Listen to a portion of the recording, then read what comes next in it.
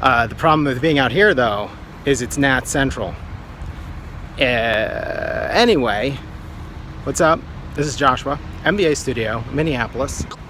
Today's video, what should we talk about? I had an idea, and it escapes me, but it's going to come back to me as I stroke my beard here. I totally had an idea.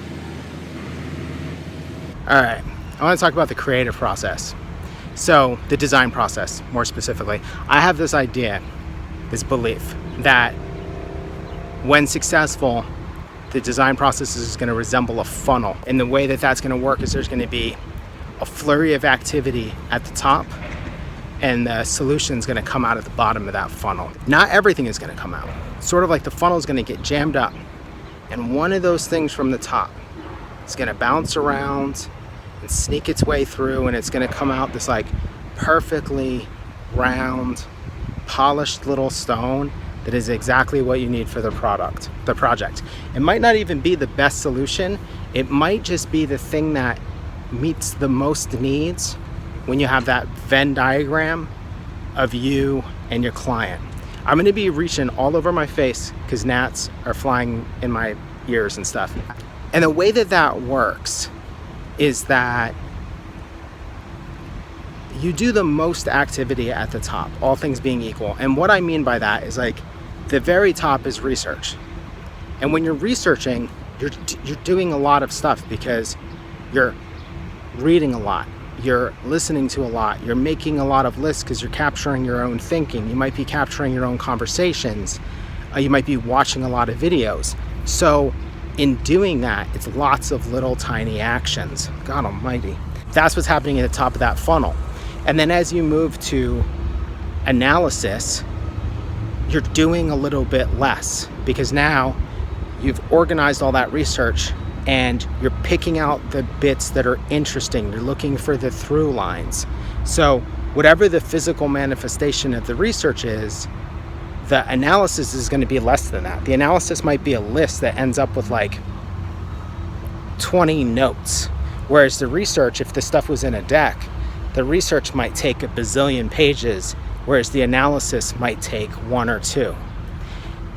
And then as you go into the ideation from that stuff, it's going to be even less because you're going to keep sloughing off concepts, ideas, notes, and whatnot until you just end up with less and less stuff.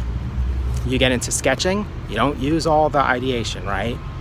Ideally, you sketch a number of concepts and then you move into making some kind of comps. You probably don't make comps of every sketch. Now, what I would say is you shouldn't. I'm hesitant to use the word shouldn't, but like the way I used to work was I did just enough research to have an idea, and I had just enough ideas to be able to make a sketch and just enough sketching to jump on a computer and make the one thing.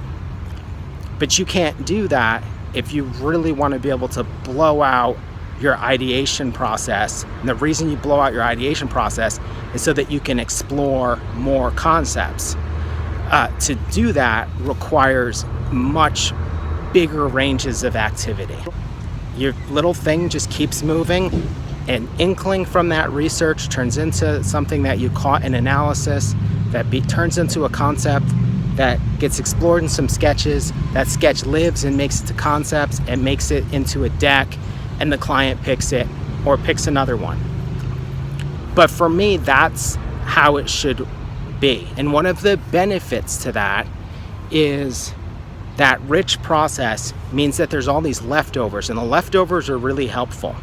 Because if you do a ton of research and you've analyzed that research, when you get to the end, let's say it's a campaign type idea, and an opportunity arises to make a physical product or leave behind or something like that, you have all this stuff banging around in your head from the research, or you can go back to the deck that you made in the beginning and you can look at the research and be like, oh, this idea is totally going to work for this leave behind. Or maybe there is content that emerged and you're like, oh, well, I had made this note about what this stuff all had in common. Let's make like a booklet or a zine or a poster or whatever it is. which is a lot different than if you only do enough research to have the one idea, because you may not have that detritus, that leftover, that byproduct that you can pull out of it.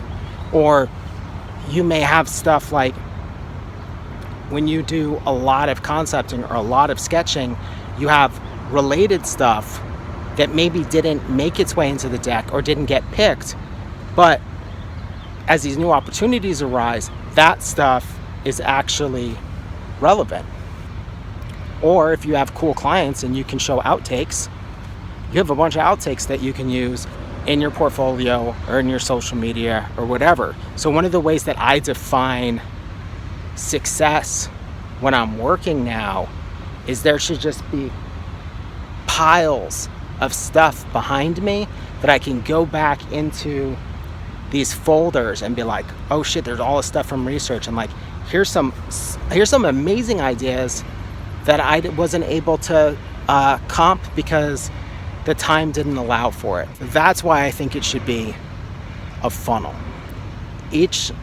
As you get down, all things kind of being equal, you're doing less. Like even though you're designing something, and designing is lots of little tiny actions, designing a thing is like one thing. That's kind of how I view it. Like research is like looking at a bazillion things, and designing the thing is like one thing. It's not the perfect metaphor, but it works well enough. For it to work, it kind of requires you to view the design process as a set of steps and not a set of reactionary things. It's not like a pinball game. Throw an idea in and let it bang around, and then like hopefully you score. Then you keep it in play. It's really much more methodical, and if it works, you should generate creative work that you're happy with. Thanks a lot for watching, and take it easy.